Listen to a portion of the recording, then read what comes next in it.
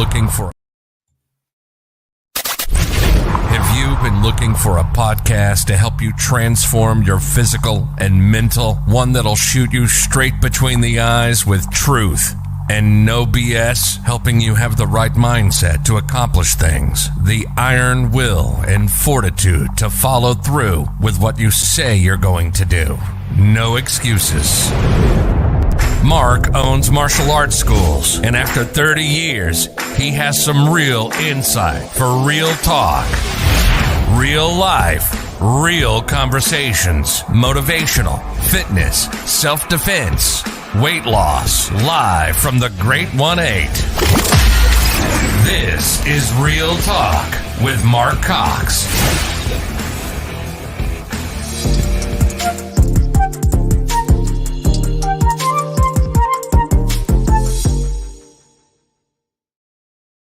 There we go. We are live. Good morning, Leanne. Good evening. All the opening is pretty awesome, isn't it?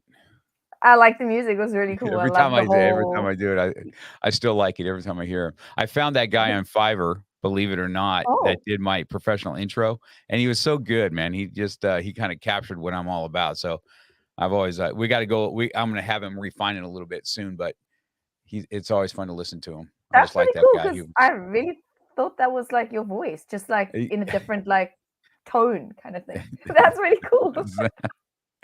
So this is awesome today because we are in an international podcast today. So we have Leanne, and you're out in South Africa. So it's nighttime out there. It's 6 o'clock at night, I believe. Yeah. And yes. Here it's 9 o'clock in the morning. So, and I'm not sure. Have you met Juanita out in South Africa? Do you know her from the CLA or not? I haven't met her formally. I've obviously seen emails from her and I've seen her online on some of the things. I haven't yet formally met her. I've had a bit of a wild month with a newborn, well, not a newborn, but like a child that's sick, 1.5 years old. We all got sick, so took a little backseat in meeting people from the CLA, but looking forward to for this month. Well, she's in your neck of the woods. She's an awesome lady. Yes. And you guys sound exactly the same. So you have that South African accent. So she is super. She's a super neat lady, and she can really help you with your brand out there, what you're doing. So if I'd encourage you to go meet her. She's a cool peeps. Really like her. She's a martial artist too. She likes to do. She's a fighter. She's a little scrappy little thing. So, but it's been good. So let me go ahead and let me go read your bio out, okay, Leanne, and then we'll get started on having this awesome interview. And I appreciate you taking your time out. I know you got a new baby and stuff, and it's hard to find this time and to get here and talk about yourself and what you do. But I appreciate you coming on the show. So hold on one second here. So got a good support system. So yeah, that's good. That's awesome. Okay, so here's your bio. Let's talk about this. Leanne's industry background is photography, printing, publishing, recruitment software, IT, financial services, and construction before stepping into business owner in the virtual world in 2020. Leanne was retrenched from her 9-to-5 during COVID. Leanne knew she didn't want another corporate job. Thankfully, started her company in 2019, so it was all systems go. Leanne is in her third year of business, has made many mistakes, and has had some good and bad experience with clients, VAs, pricing, boundaries, and being a new mom and all the in-between. Leanne would do all it again if she could without any changes. Leanne is quick-witted, flexible, and an idealist. Her work ethic is to work promptly, accurately, while being informative and discreet. Networking and tech apps are her playgrounds. Upskilling, training, and knowledge transfer are close to Leanne's heart. One day when Leanne is big, she would love to own an NGO company with a difference that provides people from all walks of life opportunities to become business owners, PAs, and managers, and help them to find their passions. That's a good bio right there. So let's talk about what happened. Let's talk about what your corporate world was like before COVID. COVID is a good and bad thing. I notice it all the time. It changed a lot of people's trajectory and their life. So we'll have a good, let's have a talk about that. But let's see where you started. Okay, you said you were in the corporate world for quite a while. So what does that look like? And what when it says here, it says your industry background is photography, printing, publishing, and recruitment software. Is Mhm. this what you did in the corporate world, or what did you start with? Go ahead. I And let's move. started, yes. I mean, if you want to go back to where I really started, I started at age 15 working behind in a sports club, a tennis club, working behind the bar, putting out sandwiches, making tea for some nice little old ladies and gentlemen. So, I mean, I did it as pocket money and I was kind of bored with life. So, went out and did that. And then left high school, got my matric, and then I was kind of just fart arsing around for a year, kind of doing odd things. And then I got a corporate job. Well, it wasn't corporate, but I went into real world working where I started with a photographic printing company at a lab. And it was great. I was there for 4 years. I learned some good, valuable lessons. I learned to grow as a person. I learned calendar scheduling at that job for sure, because I was in charge of myself and 3 other people to figure out who was working weekends, who was working public holidays, So I got to meet with professional photographers. I got to meet with students. I got that very strange variety of people, but not like strange in a negative, like a good experience for me. From there, I left and went into publishing. I was 8th floor manager with 80 people on the floor. So I managed like stationery orders, magazines coming and going, papers, cleaning out things. When electricity failed, when the DSTV decoder didn't work, like I was just dealing with electricians and whoever else I could possibly deal with at that time as well. But again, it was a big company at that point, a really big company. And I got to sit in stakeholder meetings. So exposing me into more of a personal or a more secretarial role, if I could put it, actually. And I then studied from there as well. And then I was there for a couple of years. And then I thought, okay, fine, time to grow, move to another company. I went to a recruitment IT software company. And I wasn't there long. It was 3 months. And they were restructuring the company. So my position was laid off, basically. I was only 25. I was really scared at the time. I thought I would be sitting at my mom's couch for the rest of my life because I thought that was my career over because no one will hire me. Because I kind of put retrenchment, laid off with retired, same category kind of thing. No. Sat on my couch or in my house for 3 days and I was like, this is never going to work. Got to find another job. Let's go. Found another one, really happy there for a couple of months. They wouldn't give me a contract. They wouldn't do a certain checks and stuff that we needed in South Africa. And I was like, not really the company for me. And off we went to a new company. I worked for the CEO of the company at that time. And that was in shareholding, stock, not shareholding, trading stock on the JSE. And that was great. Sorry. It's all good. Hey, this is what's live. This is live, baby. That's what it is. That's life. It is what it is. Yes, I've been there, done that. And then so they went through. At that time, we also had that whole economic crisis with Wall Street falling down, having a moment. It hit South Africa a couple of years later, but again, I lost my job at that point. I was like, it's fine. It's okay. Hit up another guy that I knew that was looking for. Did you have schooling for this, or were you just kind of young and went right into the workforce, or did you go to school for anything? I went from high school straight into workforce, and then I studied to be an office manager, which gave me a little bit more niching. And then I just continued working and growing with companies, taking on different projects and running with different things. Yeah, I think that's awesome. It's pretty admirable for somebody pretty young anyway to have that kind of a spirit. It's no wonder you're an entrepreneur today, because that's kind of an entrepreneur spirit anyway, because college wasn't for me. I didn't do college. I tried college. I didn't even like it. I couldn't stand it. You know what I mean? And I'm like, man, I'm sitting here in this classroom. I could be out there making money. It's just, it didn't click with me.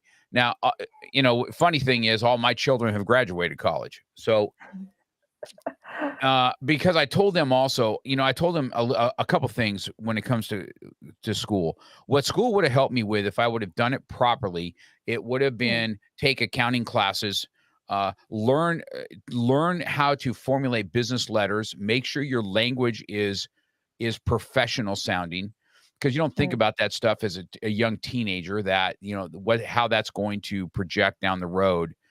Yes. And personal finances, stuff that is, if I would have done these three, simple accounting, personal financing, and that kind of thing, I would have been in a world of, I wouldn't have had so much pressure on me as a new business owner. And Correct. so that's the only, that's where, now some people, I agree, getting out in the workforce is one thing, but if you're going to be an attorney or a doctor and that's your trajectory in life, then, school was definitely something. But I encourage my kids, if you're going to do to college, my one boy just had a great time in college. He got a degree in recreational management. So he's always hiking, and he's, he's like, Dad, I'm going off rappelling today. And I'm like, what? I said, you had the funnest college life I've ever seen. Wakeboarding, rappelling, and stuff like that. So it was just something for him. He really enjoyed that. But wow, that's what he does. So he helps. And he helps run my school now, so he's used his his degree is what he does. So it's but listening to you on this young thing and what you did, so you were even in charge of people as a young person. You know what I mean? I think that is something that it's probably what helped project you even into your own business. Yeah. So it has helped me. There's no way it hasn't, man. I just know that when you have to run people, young people have a hard time with that because they don't really understand personalities, and they don't understand how, you probably had people that were older than you. And so you have to, how do you delegate to somebody that looks at me like a kid, right? So that's just one of those things. And so I can appreciate that in your young life. So let's talk about what happened with COVID. Now, it says that COVID hit. I mean, how was COVID out in South Africa? Out here, everything just completely closed down. Same as the rest of the world and everything. We had some people that weren't scared of it and some people that were really scared of it. We were one of the people that was scared, obviously. We shut down. The company shut down. Supermarkets were open. Some people not walking around with masks. I mean, it was wild. I think it was wild for everybody. It was like a really wild time. But yeah, it was quite devastating for the South African population, as well as it was for everybody else. A lot of people lost their jobs. A lot of people still haven't recovered from it, which I think most people haven't in the world. Like, I was one of the unfortunate but fortunate people to be laid off. Just happened that way, and it's fine. It didn't affect me negatively. I was like, great, I get to start my business and I get to put in all my energy, all my passion, everything. I was thinking of and trying to do like half work on my business and work at a full-time job.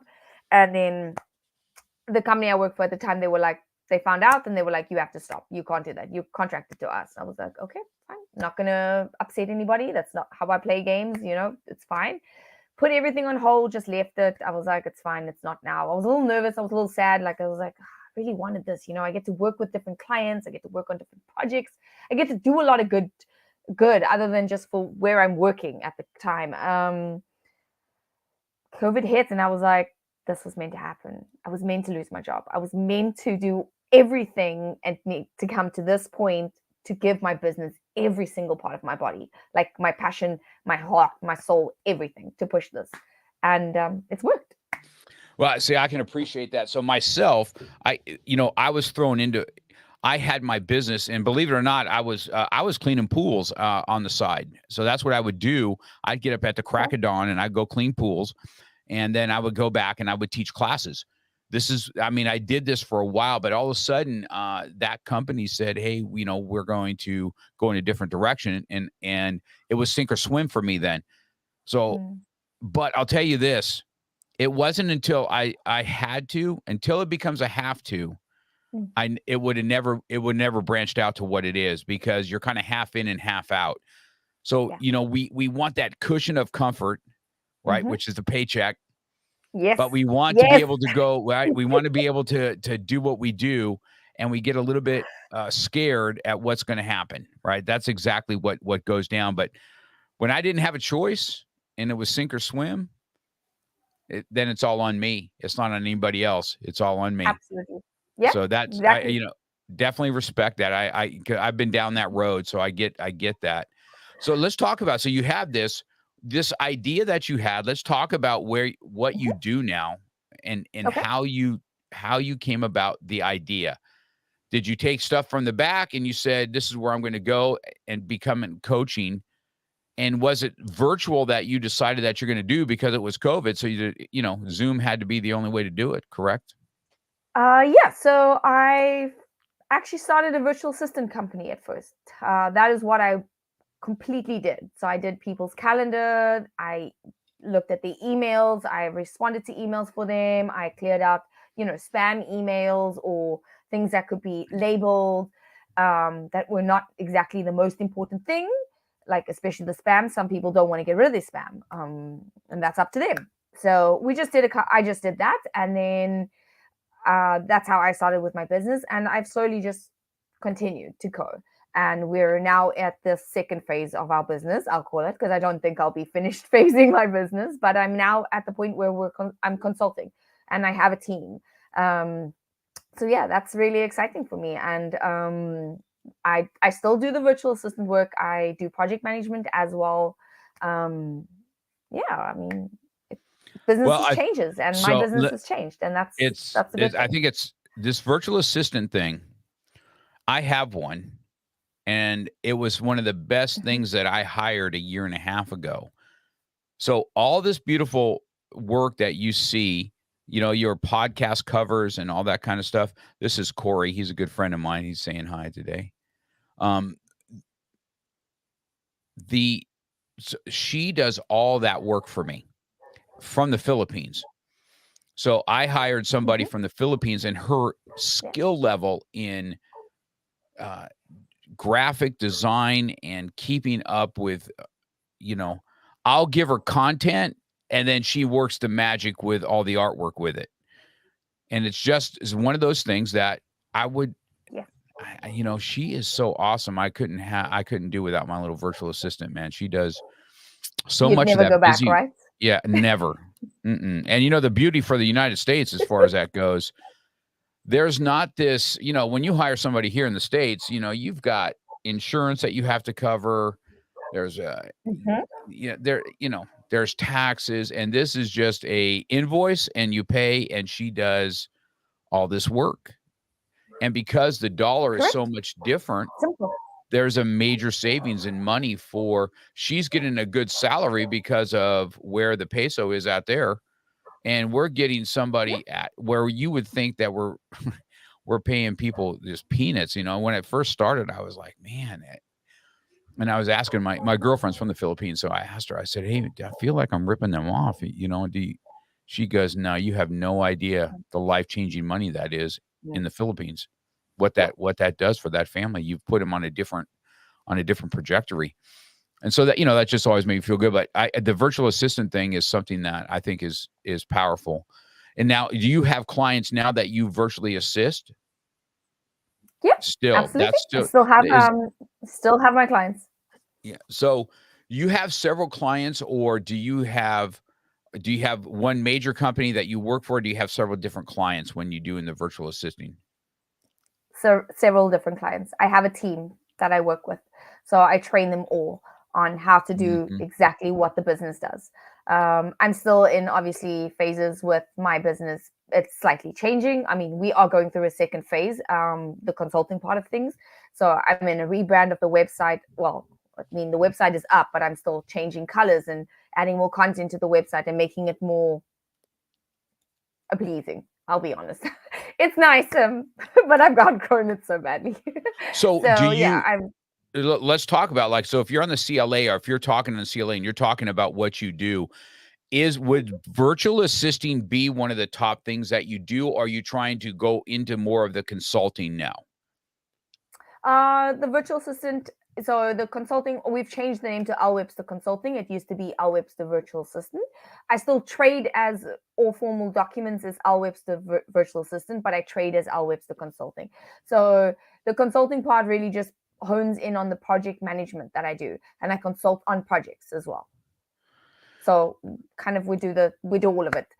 So I still offer the virtual assistant services to clients if anyone that wants it, and then I offer the project consulting part of it as well. So do you take certain, I want to talk about that real quick on how that works from a business standpoint, right? So if I had this project, say this is what I want to do. Okay, let's just take an example, right? I have an online coffee business, right? I like coffee, and I did this myself. This is what I did during COVID. The $600 check, I bought an online coffee business so that I could sell coffee, because I was thinking to myself, everybody still wants to drink coffee. Nobody wants to go to the store. So I did online coffee, right?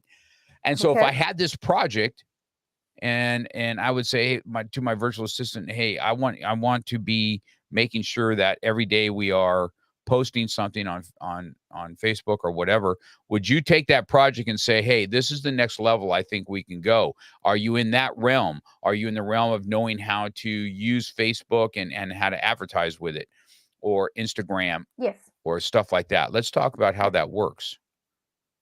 Sure. So yeah, that is exactly what we're in, as well as we obviously do the SOPs, or we call it SOPs, which is standard operating procedures, but you guys call them operation manuals or training manuals. So anything that myself and the team work on for your coffee business, we document. So it's all clear. The way we communicate, times that we're available, or, a day, how, if we're not going to be there for one day or someone's sick, how we communicate. There's a whole structure in how everything happens. And then also like, okay, you've got the coffee business. What platforms do you want to go on? What platforms are you on? Have you set up, TikTok? Have you set up not Facebook, YouTube? Like, these are the things we look out for. What kind of content do we want to produce? What kind of clientele do you look? So we help hone down on your target audience as well. So the whole turnkey effect basically is what we do. Do you find new clients don't even know what an SOP is, standard operating procedures? Do you feel that they really don't even understand that? Because I certainly didn't when I first opened. I thought, I'm just going to throw some mats down. I'm a really good teacher. And then all of a sudden, the electric company's calling me and saying, hey, you need a deposit of $1,500 I didn't know about. Or you have this, you've got insurances that you have to pay taxes on your employees. Are they 1099? Are they not? I mean, there's a lot of stuff thrown at me, man. It was like I was taking a shot every day in the face. Right. I was like, man, I thought I was just going to teach some karate and have some fun. And then all of a sudden, if you want to make money, there's procedures that have to do. And I don't know, when I coach people to open up a school now, and I've done this for a long time myself. I tell them, I said, this is where I was at. If you do not have this stuff, I said, I'm going to save you 2-3 years of headaches if you just listen to this, this, and this. So do you find that true with new clients? They have a hard time with having a standing operating procedure. But I tell people, even in your household, you have to have an SOP. So, if you want your household to run, you got to have the same thing. If you want your finances to run, you got to have the same thing. So how do you go about a brand new student? A brand new student. See that? I'm already talking in coaching terms. A brand new client comes on. What do you tell them? What are they asking you? And are they surprised at what you have, or are you getting somebody like that is actually looking for that? Or are you doing some virtual assistant and say, hey, I can help you spearhead this. Have you heard about this, this, and this? How does that go about? How do you go after it? So we have the two. Either someone is coming to me and they already know what we do, so they want help, or they go, I hear you help me. I need to just offload some things I'm thinking about. Tell me if you can help me. So majority of the time, for people that are offloading to me on, can you help me? is this something you're willing to take on? They don't have the SOPs in place. They don't have operation manuals, and we have to create them. And that's great because it's brand new book, so we get to walk them through. It's a little more admin in a sense because we have to ask a lot more questions. Okay, so especially if I'm not doing that work. But I say to somebody, and this is the thing that gets a lot of people thinking, is what happens if your accounts, because I don't do accounts, but what happens if your account girl or guy is off for 6 months due to whatever reason? They go, yes. I go, how do you know what to do? And they go, well, what do you mean? How do I know who's going to pay the paychecks? Who's going to pay the lights? Who's going to, pay the taxes and stuff? And they go, oh, yeah, I don't know, actually. I said, and how do you know when to pay? Because there must be some sort of schedule or something. Like, do you have that? And they go, no. Okay, I understand why we need you now. Okay, this makes a lot of sense now. So yeah, we hit them with just the accountant version generally works. Yes. Yeah. That's so true, man. I admire that you're able to in there. And now, so tell me how did the stuff in corporate world help prepare you for this? What did you see there that translated over to doing this? What was the stuff that you saw, man, I could really have helped there? So that would have been in the last job that I had, which was at a construction industry company. It wasn't construction, but we were in that industry. I worked on projects, and I was looking. There were at the time very old school, where they printed a lot of paper, and COVID had hit, and I was like, Monday.com, Trello boards. I'm like, all these project management tools to help. Like, yes, let's do this. So I set it up with one of the other guys in the office, got the whole board running. The company was not in a position to take on pay for that, to set it all up. And that's okay. That's fine.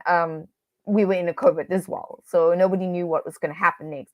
But that from there, taking on those projects, creating a online calendar for simple car booking, because we used to use a diary, and I'm like, this is so ineffective. Like, how I must walk to go look at a diary and go back and send an email, where if I have it on the calendar, I'm just looking, on my laptop at the time. So created that. It just started with like small little things that I could tweak within the company. And I realized I like projects really well. Like, I really like projects.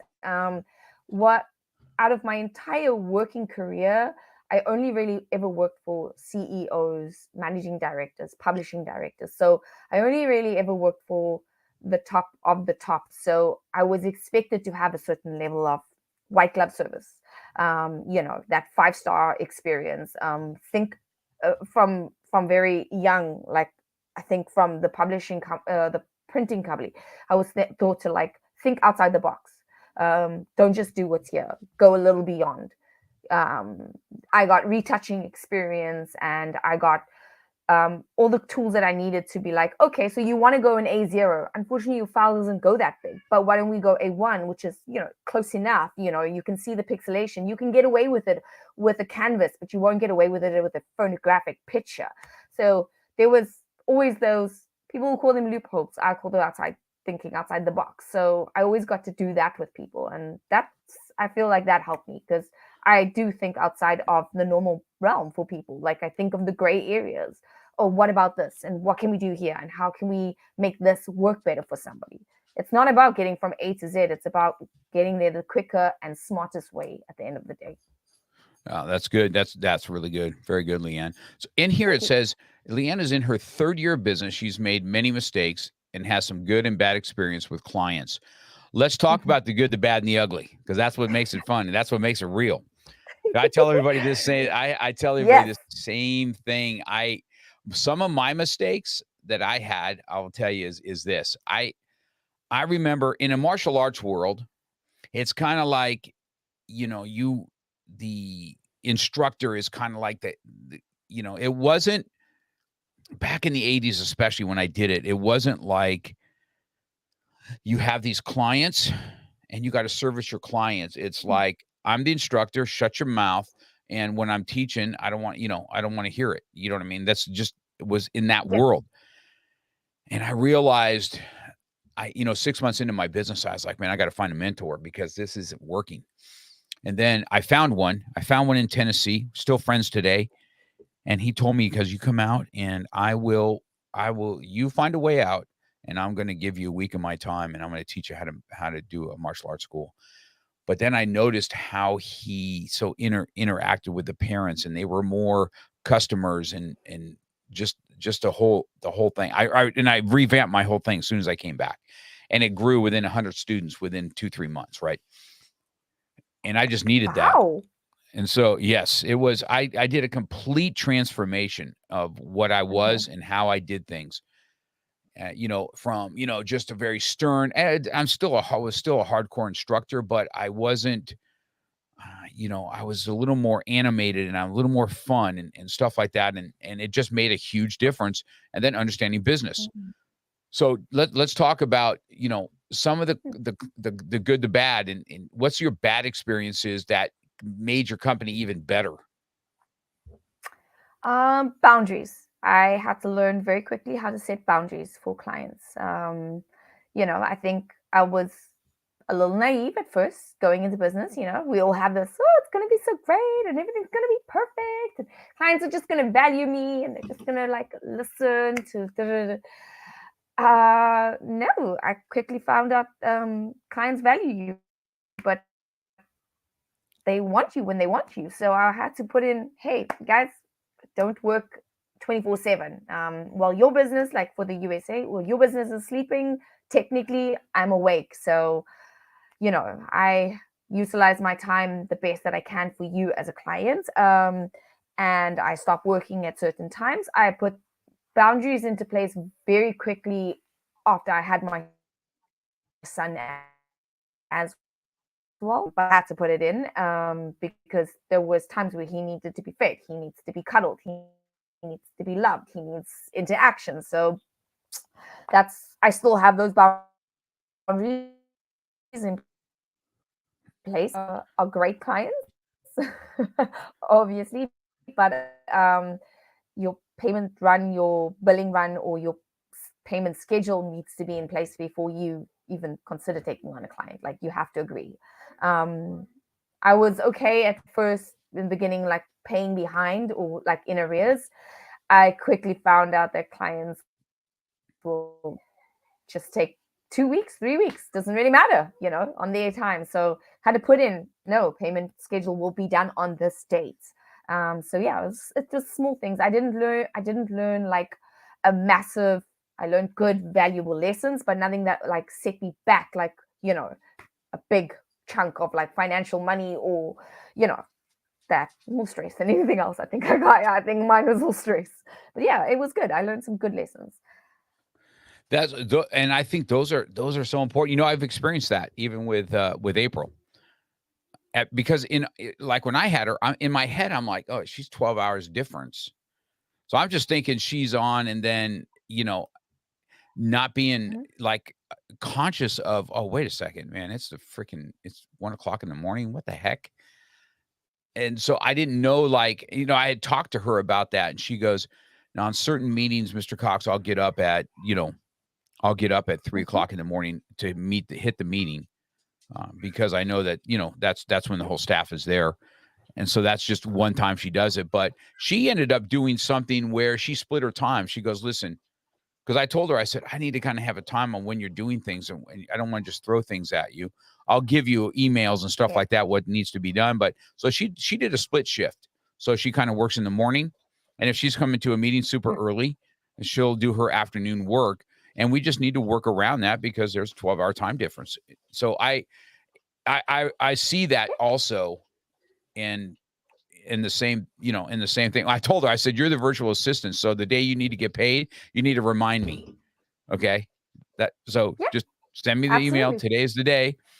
And I said, that's what I need. That's what I need you for. Cause I'm not going to remember all this, all this stuff. And that's what she does. So I understand that boundaries is good. I say that a lot to even my martial arts owners that have this. I tell them all the time, I said, look, you're going to want to be personally involved with every single person.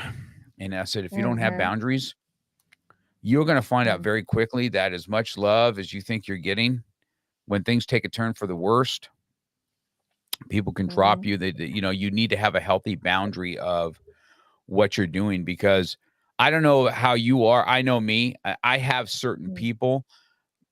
If they get to my heartstrings, I'll just start giving stuff away, right? Or I won't. Oh, you need a private lesson? I'll Yes. come and do it. Don't worry about it. You know what I mean? And they just don't. People don't respect that Yes. there's time. Now, there's not a hairstylist I know that says, "Oh, just come and sit in my chair and, I'll do free haircuts all day." And so Yep.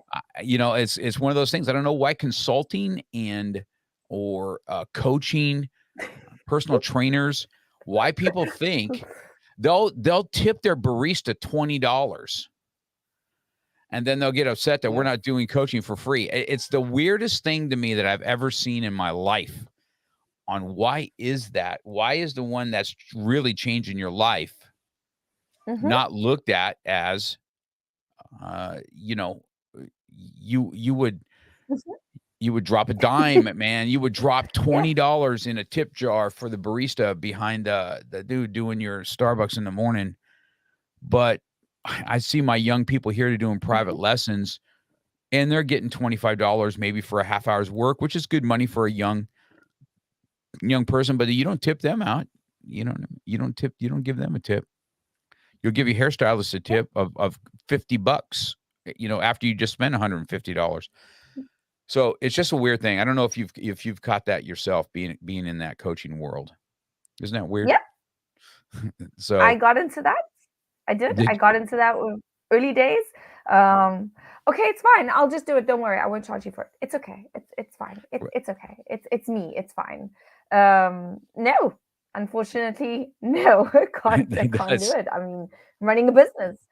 I can't. Like I say to a lot of people that I talk to, if they ask about something or with regards to payment, not like I tell this to clients, but like a lot of virtual assistants will ask me starting out, how do you work on this? How do you do that? And I go, you can't pay for food and water and electricity on shits and giggles. Let's be honest. You that's have to charge.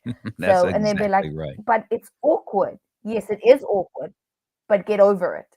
You're running a business. Right. That's good. I think that's awesome. And I think, I've told my young students here, I said, you have to be upfront before you start anything. If you just do one lesson, you can say to somebody, say, listen, I'm going to work with your Mhm. children for 15 minutes today. That's on the house. From now on, here's the breakdown of what lessons are. Okay. I'll spend 15 minutes with Yeah. your child so you can see how I interact with them and see if it's something that's a fit. And you give them 10 or 15 minutes of your time in order to get the 4 private lessons that you can make money on.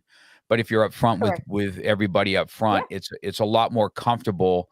If money is on the table right out of the gate, it's a lot more comfortable to speak about. And so I was wondering if you had that. I see this all the time. I feel for my coaches. You know what I mean? Yeah.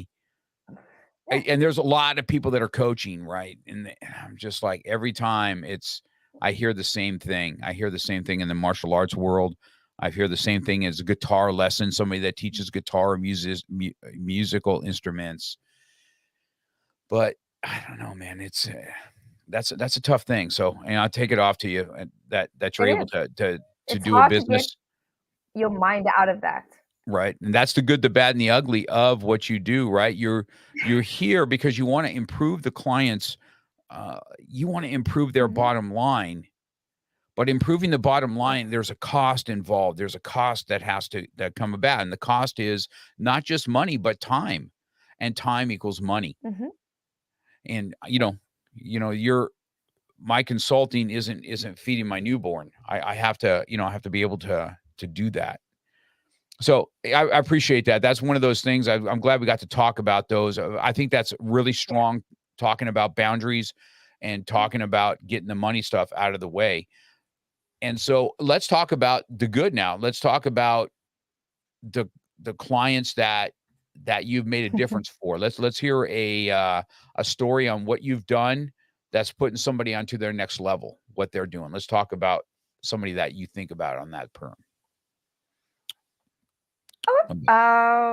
One of my favorite stories, I worked with a guy in Canada and we did email management for him. And it just started out looking at emails and flagging them.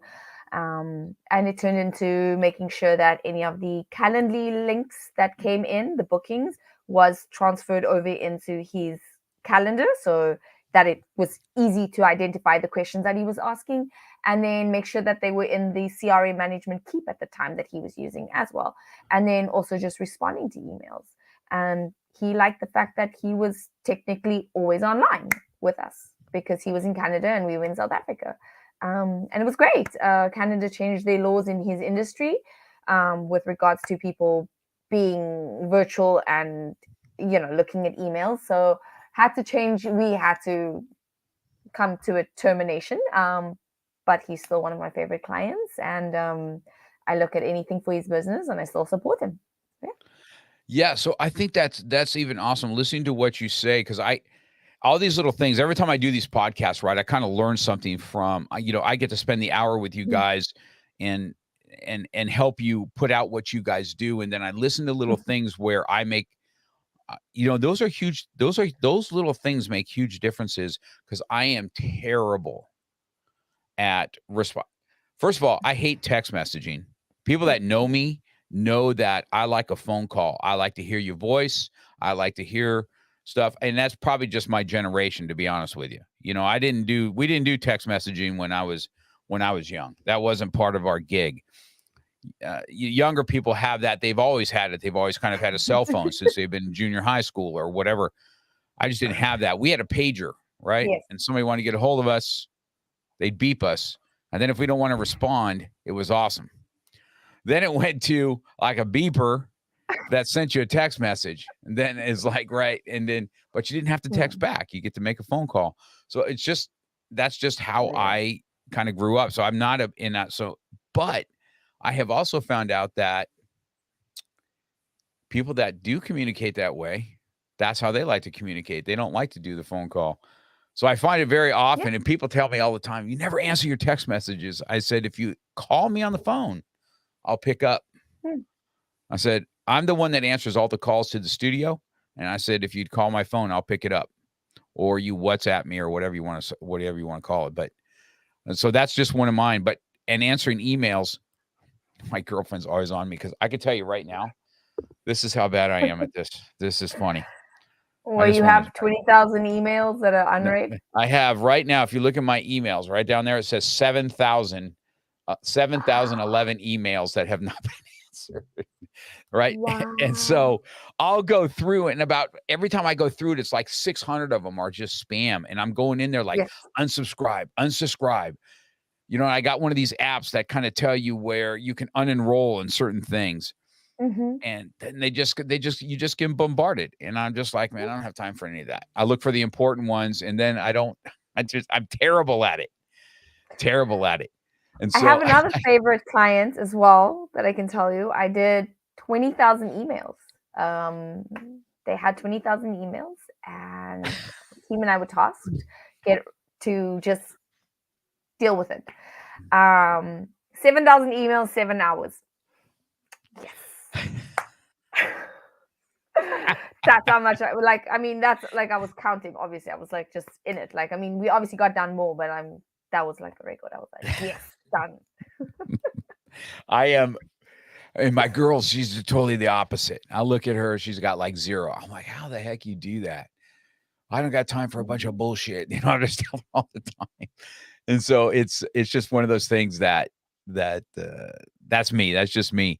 So I can tell you that what you guys do is so valuable for somebody like me that wants to. I'm kind of a visionary. I don't know if you've noticed this with your clients. People that are visionaries are not detail oriented. And I can tell you that I'm not right. I'm not a detail oriented guy. I want things done, but I don't care how it's got done. I don't want to hear the steps. I want to see the results. And that's not everybody's personality, but that is mine. And so I have to have people that are detail oriented around me that can pick up the details, and I'll pitch the vision and where we're going. And this is going to be exciting. And let's go, let's rock. And you know what I mean? So That's just how I am. Let's go. We can get this done. And then, you know, I get everybody hyped up, but I need those people that can literally do the work. You know what I mean? That can get the details down. And it sounds like that's kind of your forte. You seem like a little bit more of a detailed person than I am both. I am creative, and I'm left-handed, so generally I'm the more creative person. But I am completely in love with systems and policies and structure. Yeah, see, and that's the kind of people you need around you if you want to be the visionary needs that. I'm telling you. Yeah. So any of you guys that are listening, I'm telling you right now, if you are the guy like me that is super jacked up about here we go, let's go, right? And that's just how I am on the mat. I'm like, you can do this, boom. This is how you do it. Hit, and this is just how I am. And you know, I do the same thing. I said, we got to get these customers in here. I know you guys can do it. Now let's go do it. And they're like, okay, we're all hyped up, but what do we do? Right? How do we achieve that? So I want to tell you that is if anybody that's listening, especially you guys are out there that are running companies like myself or whatever, this is somebody that you probably want to have a conversation with if you need to have the details put in line so your vision can be looked at and it's not going on the shelf. I can't tell you how many of my visions are still sitting on my shelf because I'm all jacked up on doing it. And, you know, the next person, you know, I drop the ball because I'm already visioned on something else. Mm-hmm. It's a terrible thing that we have, right? And so, you know, and so I appreciate. We move on to the next dream. We move on to the next goal. We move on to the next creative idea that's going to help our business. It's normal. And that's why you have a virtual assistant. She's there to help hold you accountable to getting certain things.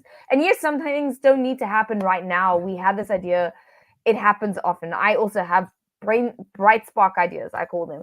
And I'm just like, oh, I can't see how it fits in just yet, but I know it's going to work. So we'll plug it there and we leave it there until we connect the dots. And that's normal. Not every project is meant to go off and be successful. We have to put projects on hold to deal with other more successful projects. Normal. Yeah, that's so good, man. So good, Leanne. Let's talk about here. You know, see this. I told you these hours go by quick. They do. It does, man. It's just, you know, it's like we're having a cup of coffee somewhere. You know what I mean? I see you got me all jacked up now. You know, I'm gonna get off this freaking call, and I'm like, okay, what do I got to do today? Good. And April's gonna have 10,000 things to do today after this phone call. I'm so sorry, April. I'm so sorry. It says, one day when Leanne is big, she would love to own an NGO company with a difference. Let's talk about what that means. Okay. Tell everyone what NGO means. Nonprofit organization, a charitable organization. So something I've found out in South Africa, there's a lot of places that are offering youth certain things, you know, training and stuff like that. But I want people to be entrepreneurs. I want people to know that they can do the 9-to-5. They can also side hustle. I mean, I feel a little like South Africa, because we came out of this pandemic, people are still like trying to just hustle, trying to just make money, just trying to do something. And they don't have the guidance to start their hustle as a business. And some people have great ideas. I mean, you know, there's teaching youth, there's teaching adults. There's a big gap, I feel like, with, you know, my generations obviously had been privileged. Some kids have been privileged to go to primary school, high school. University is like a really big privilege for us. South Africa, some people can't afford that. And I feel like if we can just give them something to just help them, business economics, business management, accounting, like you're saying, I found the exact same for South Africa. I'm probably going to be like, told this is the first thing to do, but I felt like I went to high school. I went to a really great high school. I'm not complaining about my high school. I went to a very good one. I just felt like I was the in-between child that was not academically strong, and neither was I going to be that very sporty kid that was going to be going for playing professional anything. So I was an in-between kid that wanted to like know a bit more, but my syllabus at the time of going to school didn't provide that. So the year behind me got like business admin, and I was like, kind of just want to fail just so I can go take business admin. I'm like, but I mean, that's not really going to help me failing. I mean, failing is not going to, like, I can take this somewhere, I'm sure. So yeah, I want to be able just to give people something more, just, and at an NGO level. So give them good accreditation studying. And when I say it's at a difference, I haven't quite got the whole structure in my head properly, but it's a little bit different than a normal NGO. I want people to be able to work hard for it, to stay inside of this charitable thing, this company that I create. A lot of things give out for free, and I feel people do take advantage of the free things. They don't maybe apply themselves as hard. Not saying every person, please don't get me wrong, not every single person like this is, but generally some people will just like, oh, well, I'm getting it for free, so whatever, I'll just half-ass it. No, you need to work hard. You need to get a certain level in your studies in order to stay in the curriculum. You want to potentially we can give away housing, for students or something like that. You need to do certain things to get onto that. That's good. Jose just popped on. He said, "Happy day, winners. Glad to see Leanne on the show. You always bring phenomenal leaders, Mark." Yeah. So Jose, I was just talking to her about. I mean, she's. I'd spotlight her. I think Jose, man, she's got some good insights. She's this podcast has been great. I've really enjoyed listening to. I was telling her, Jose, I think you're kind of a visionary like I am, and we kind of get lost in the details, and she kind of brings these details around.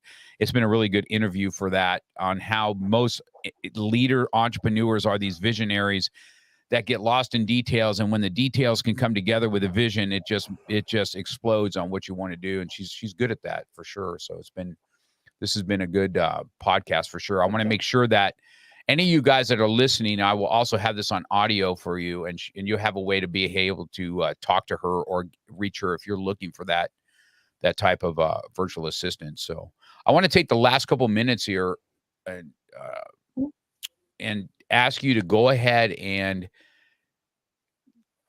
lay out what it is, the kind of clients that you're looking for, or what you're looking for yourself, that you can help somebody in small business, go to the next level, taking them to the next level, and how to go ahead and do that, and what your website's called and all that. And we'll have that also on my website and stuff. But let's go ahead and give you the floor, and why don't you go ahead and pitch your vision and what you're looking for. Thank you so much. Okay, so what we're looking for is companies that have 1 to 50 staff members, that, if we need to do a CRM, customer relationship management migration, we can do that. We need to manage that for people, we do that as well. So making sure that the contacts are up to date, making sure the notes are in, especially if it's migrations. Training people on CRMs like Monday.com, Trello boards, ClickUp, a couple of my favorites. We do that as well. Just being able to give more insight into what those projects actually mean, or those project applications mean, and how you can use it to your benefit. And then obviously the virtual assistants is a part of it, with the calendar and email management. We call it webinar panelists. Kind of like when you're in I don't actually know what you guys call it. I remembered it last week, but I can't remember now. So when you're in like you're doing a seminar, and then people are looking at sending questions, or you have to drop links, we can do the admin to that. Sit in the back end and just drop the links, look out for the questions, You're talking about if you have a mastermind, we do the social media. Like a mastermind is what you're talking about. Mastermind seminar. Yes. And so you'll be in the background. What you're saying is you can join in on those and be in the background facilitating questions and such like that. Okay, go ahead. That's good. Yes. Yeah. Okay. I think that's the word. Yes, it's mastermind. Data management. What about when you database building as well? Oh, that's good too. That's really good. Now, do you have, when you're doing these in the background, if you have a little mastermind and you're in the background, Are you the one that can do? Here's the little things about those. This is just a little mastermind in itself, just so you know, right? Getting these details down in the background. Like if I was doing a mastermind, and it's funny that you talk about this, that I'm doing a mastermind, but all my proceeds for this, I have a nonprofit. It's called Special Kicks. And it's for all, whether they're Down syndrome, they have cerebral palsy, or they have, whether it's high end autism, or whether nonverbal. I have a huge heart for those people, and martial arts can really transform them. We've taken people that said they'd never walk, and we'll get them out of the wheelchair, and we'll make them walk, and we'll do martial arts with them. And I've got to roll with a young guy that has cerebral palsy. And, just watching him just get lit up, the thing, he got a stripe on his belt, and he was so excited.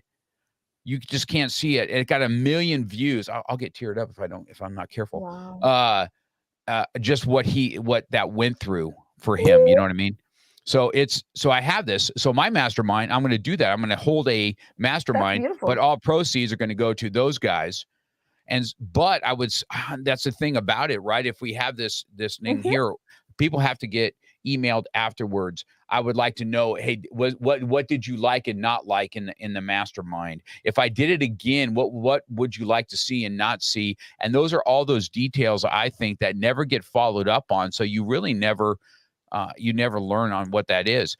Even in my little business here, my martial arts school, I can't tell you how much stuff gets lost just on a testing paper when they say they've clicked that they want a private lesson, or they want to know about what Black Belt Club is. And we just kind of file it and we never follow up.